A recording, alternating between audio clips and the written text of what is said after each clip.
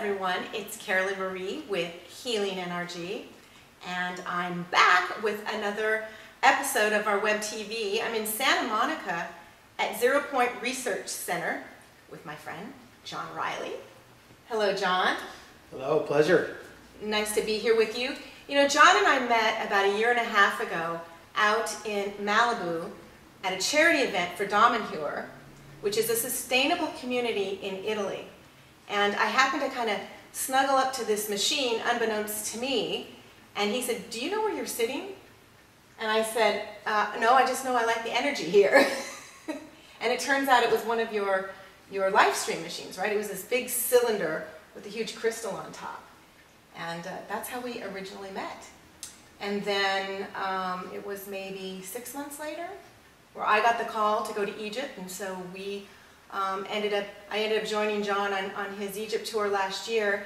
And I remember we were going down the Nile, and I didn't put two and two together, but he brought this machine out. It was a little bigger than this one here.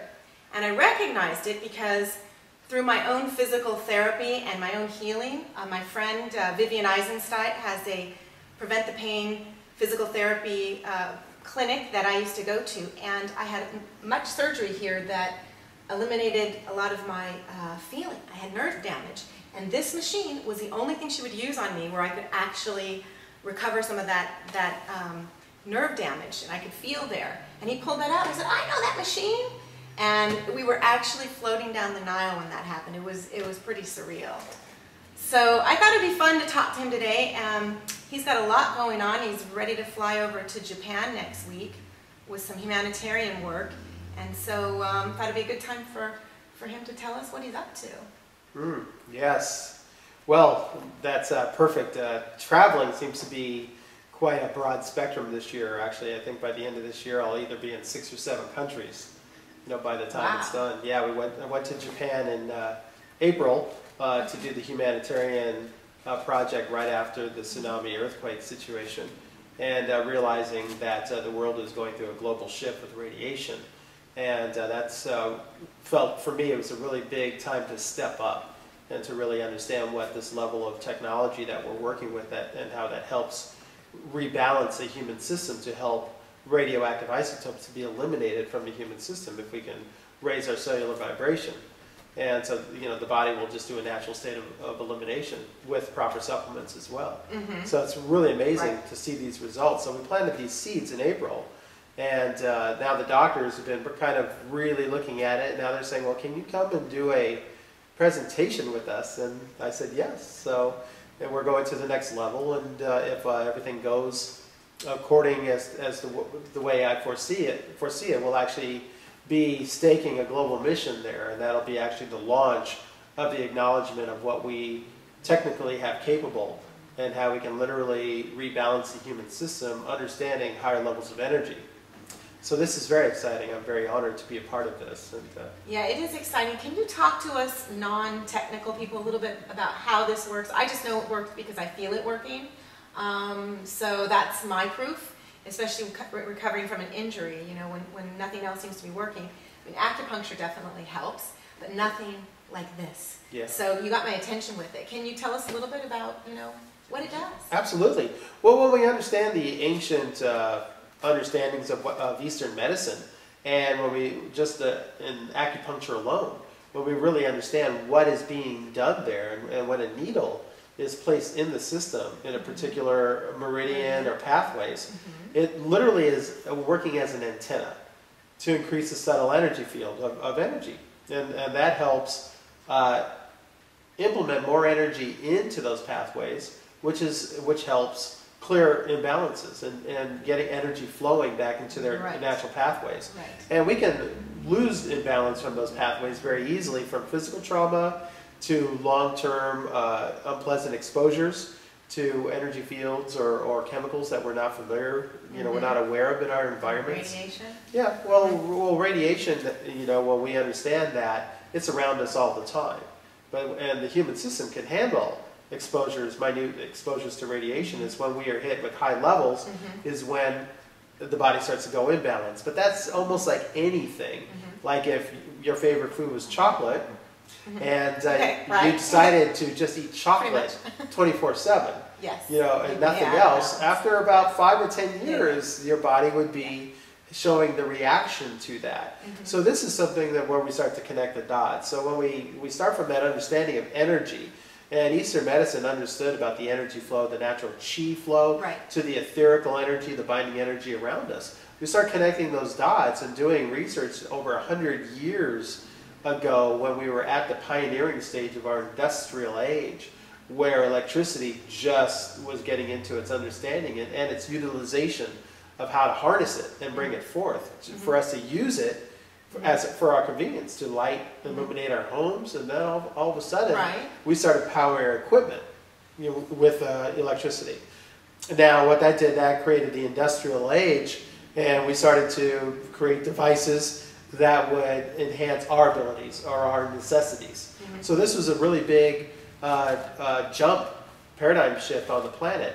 Now, when we look at other researchers like Nikola Tesla, he went a step further and actually started understanding these etherical binding energies and what he also called radiant energy.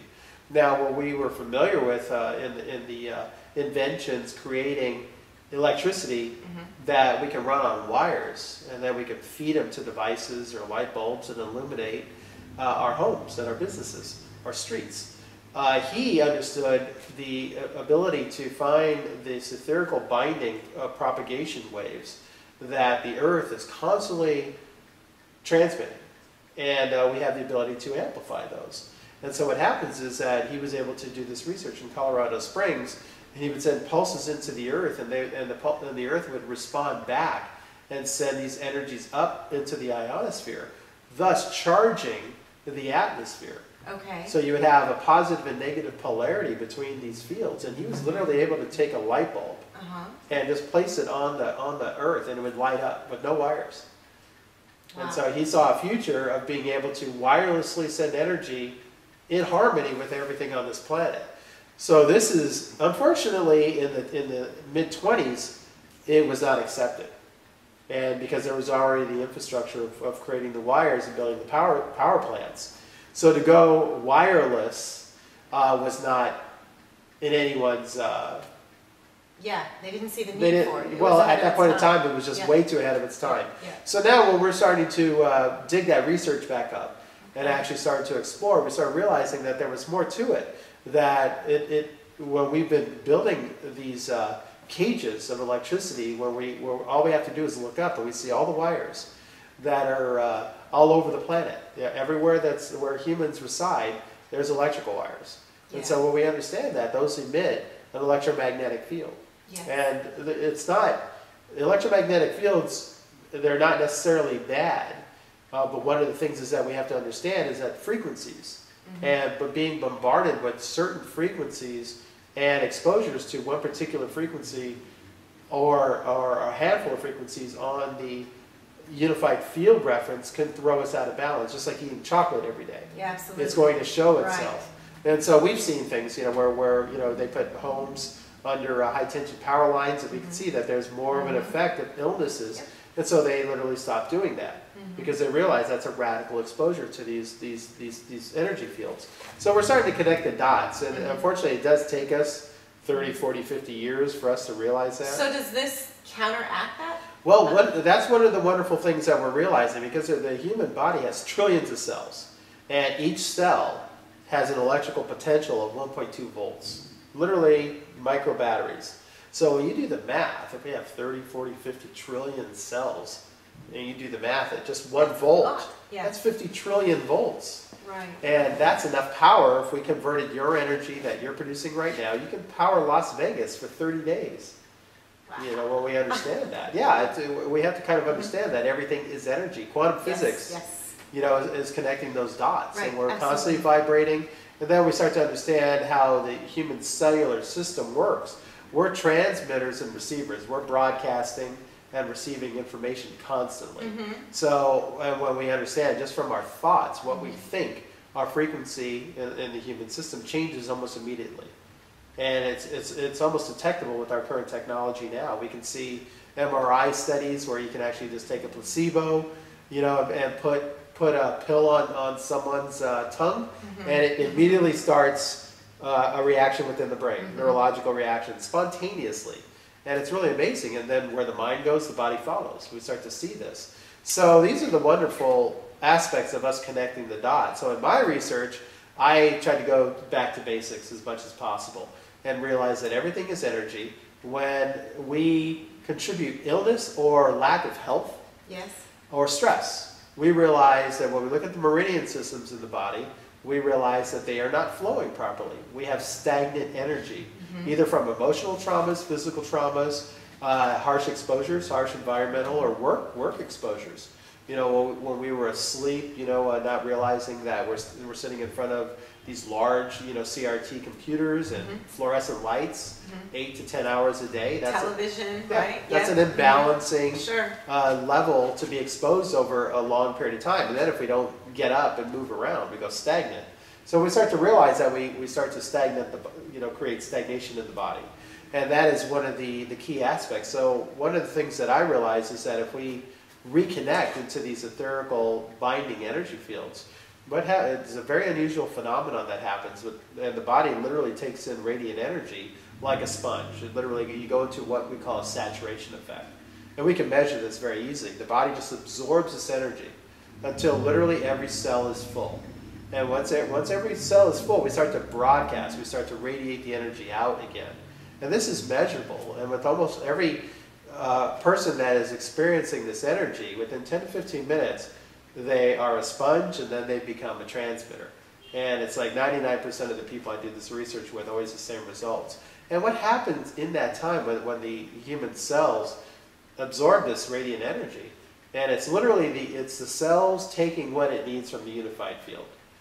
You know, because if you stand in front of X-rays, your body doesn't want it. No. We get X-rays constantly on a very minute level, but when we bombard it like 1,000,000 times its normal strength over the unified field and amplified, that's when we start seeing cause and effects. So, but when we reconnect to binding energy fields, our bodies balance out again. And it literally takes only what it needs from the field, the unified field. And this is where it's really interesting to watch. And usually, and you've been a witness to this with several people, almost everyone becomes so balanced. And if they had emotions, they're just usually, what happens is they become very present. You can see them, they just relax, like almost immediately within 10 to 15 minutes of being in these energy fields. It's a complete shift with people. Yeah, it's beautiful. I've worked with thousands of people over the last 6 years, you know, and just I'm constantly amazed by it. And this larger machine you have over here, this is, we'll show you a picture of it in a moment, but this is is this the equipment that you took over to Japan? We brought one of those. Yeah, I built a custom one, Okay. for the humanitarian project there. Now, a lot of people try to ask me, what is that going to do? I said, well, it's going to plant a seed of us understanding at a higher conscious level. And with our limited vision of the spectrum of light that we only see, we have to start understanding the bigger picture. And if we start to understand energy fields that are invisible to us, but we can feel them. The earth responds to them.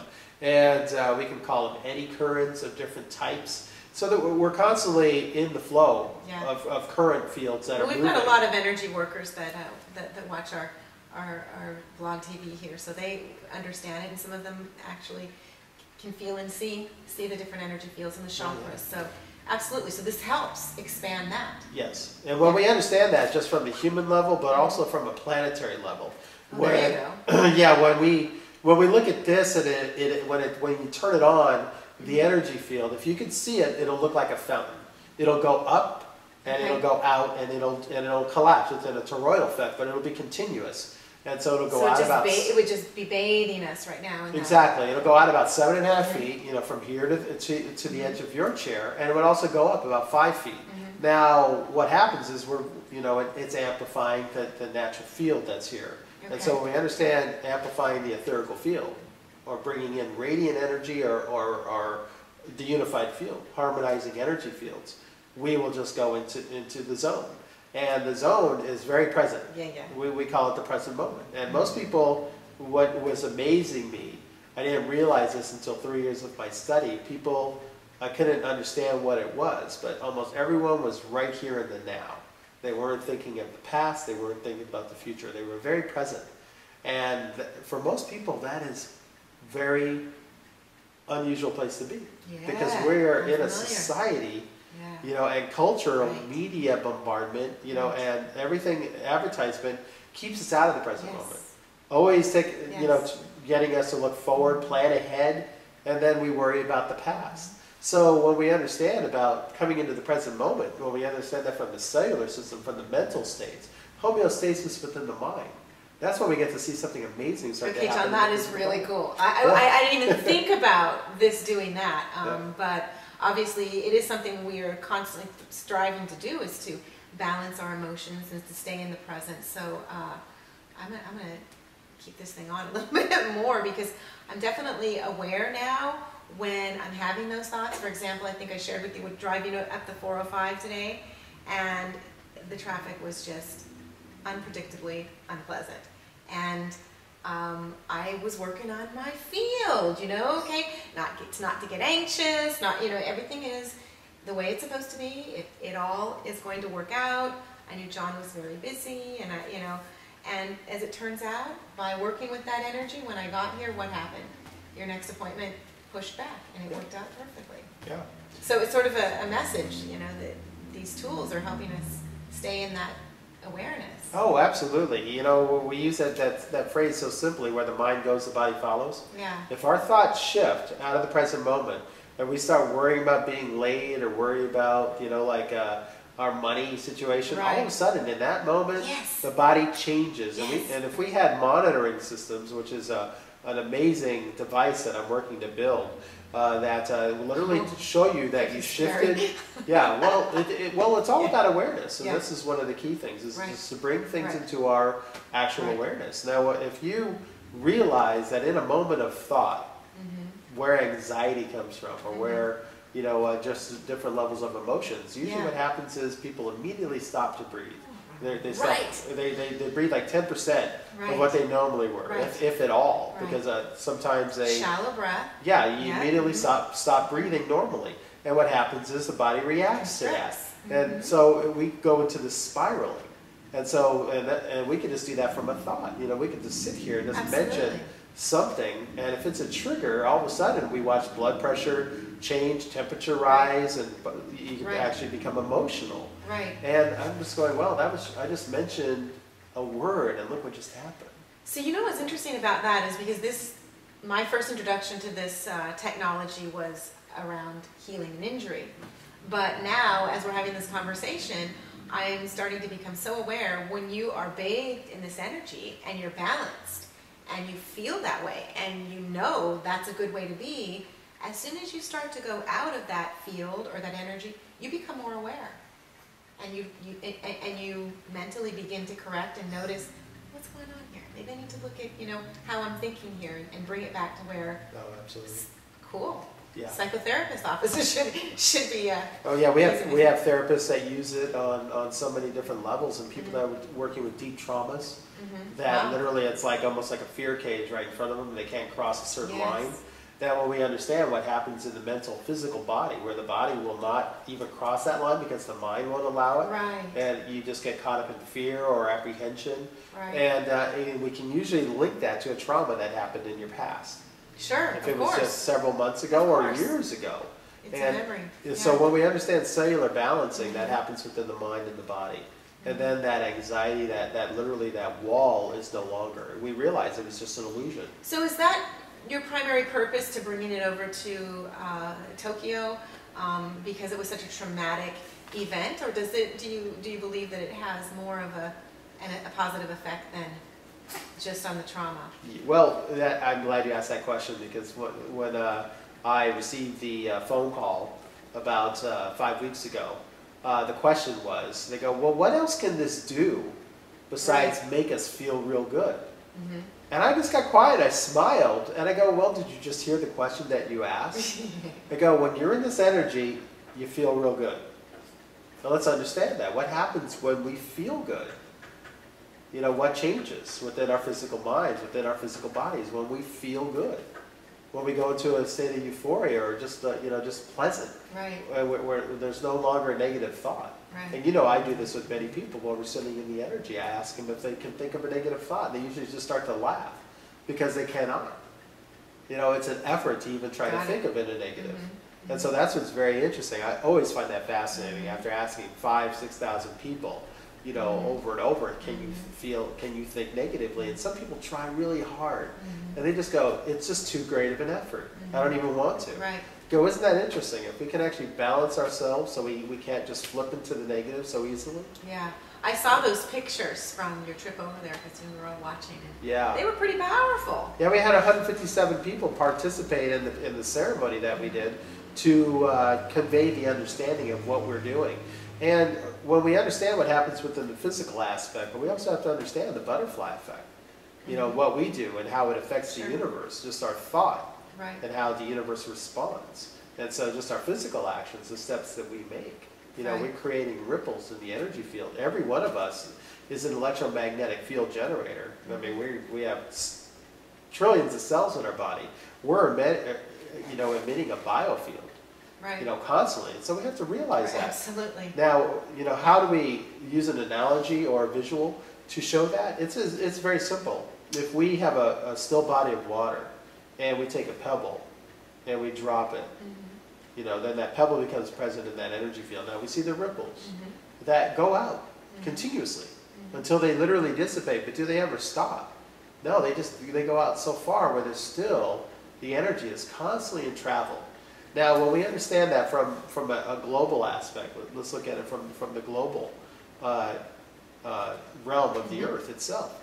When a rock is dropped into the water, it creates such a huge force, and you can see the energy waves. I mean, they literally can come up and almost create waves just from that drop. And what happens is that energy continues to build, and it'll crest, and when it gets to the edge, or to the object, being us, it'll hit us with great force if we do not react to it, if we are not aware of it, that it's coming. So now, in our consciousness, if we expand that, now we realize what's happening etherically when energy fields. We're talking about the fields around us right now, you know, to the earth fields, the fields that are subterranean. When we start to understand that, when all of a sudden we realize that a rock dropped, what can we do over here to neutralize that so we don't get a full effect of that energy? We literally start dropping our pebbles. And what happens is that the rock is a great force, but now if we keep dropping pebbles into the water, we send out counteracting fields. They don't have to be as great as the force. They just have to be continually, and what we'll do is every time a harmonic or an energy wave hits, if you see two, looking at it from the geometry standpoint of it, they have to react to each other.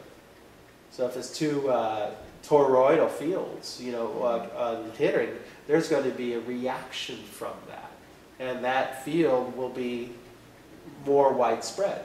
And so what we'll see is instead of the force coming right at us, it will dissipate out, and it'll be widespread. It'll travel out, and so the energy is not felt as greatly. Right. That makes perfect sense. Okay. My mind is wandering back to being on the Nile. Oh, that was amazing. And discovering that that blew my mind, that you were actually the inventor of the machine that I so dearly love. Now, there's another gift that you brought us when we were in Egypt. It was the Oculus, right?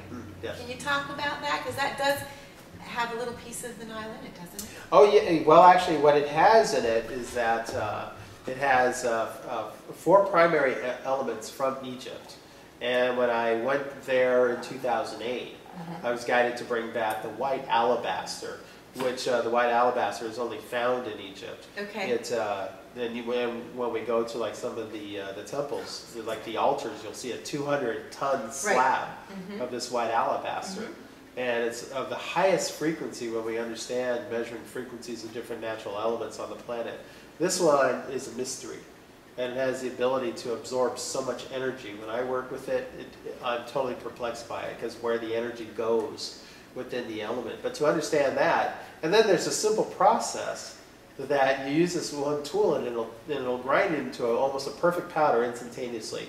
And when I put that in people's hands, a little bit, I say, what do you want to do with that? And almost everyone says, I want to eat it. And I'm like, isn't that interesting? As soon as this goes into your palm and you touch with your finger, you want to put it into your body. I always found that fascinating because that's the first thing that I want to do. It's like a missing nutrient within the body. And then we can start connecting the dots of what they call the white bread or the mana. And so I'm like, that element is literally right under their feet. I don't know if I like the word white bread. I don't consider well, that it was decoded under different, when we understand the white Yeah. bread, what Okay. it was talked about from the source. I'm trying to remember the actual terminology, but there was different. When we talk about ormus, the white powder gold, Absolutely. the white gold, the Right. mana. These are all we're trying to understand what Ormus these elements, original yeah. alchemies are. And I know the white alabaster is one of the highest key elements. So. And this particular white alabaster is coming from Egypt. It's only found in Egypt. Yes. It's only found in Egypt. It's only found in. That's interesting Yeah. in and of itself. Yeah, those are all the sacred altars were made of. Right. And then there's the water from the Osirion in Abydos, Yes. Egypt. And we know when you take the journey out there. That was not an easy thing to get, by the way. Nope, it's a long trek, but Yes. it's worth every Well, and the minute. guards last year, and excitingly, it sounds like they likely won't be there this year. Yes. Yeah, there's some very interesting things happening in Egypt. It's just very Yeah, exciting. the doors are very open for Yeah, us right now. it is pretty cool. So the exciting thing about it is that water, and I kept asking, where does that water come And from? by the way, the Osiris, the temple of Abydos, yes? In Abydos. In Abydos. Yes. That is where the ancient secret to the flower of life is, right there with that water. It's right on the wall. Got the little earrings from Egypt that are the flower of life symbol. Yeah. So I just want to add that because that energy is important to know. Oh, it's incredible. And when we look at the Osirion, and it predates pretty much any man-made structure that we can. Most of the Egyptologists, they won't even try to estimate a date. But if you really check in, you can realize it goes back over 40,000 years. Mm-hmm.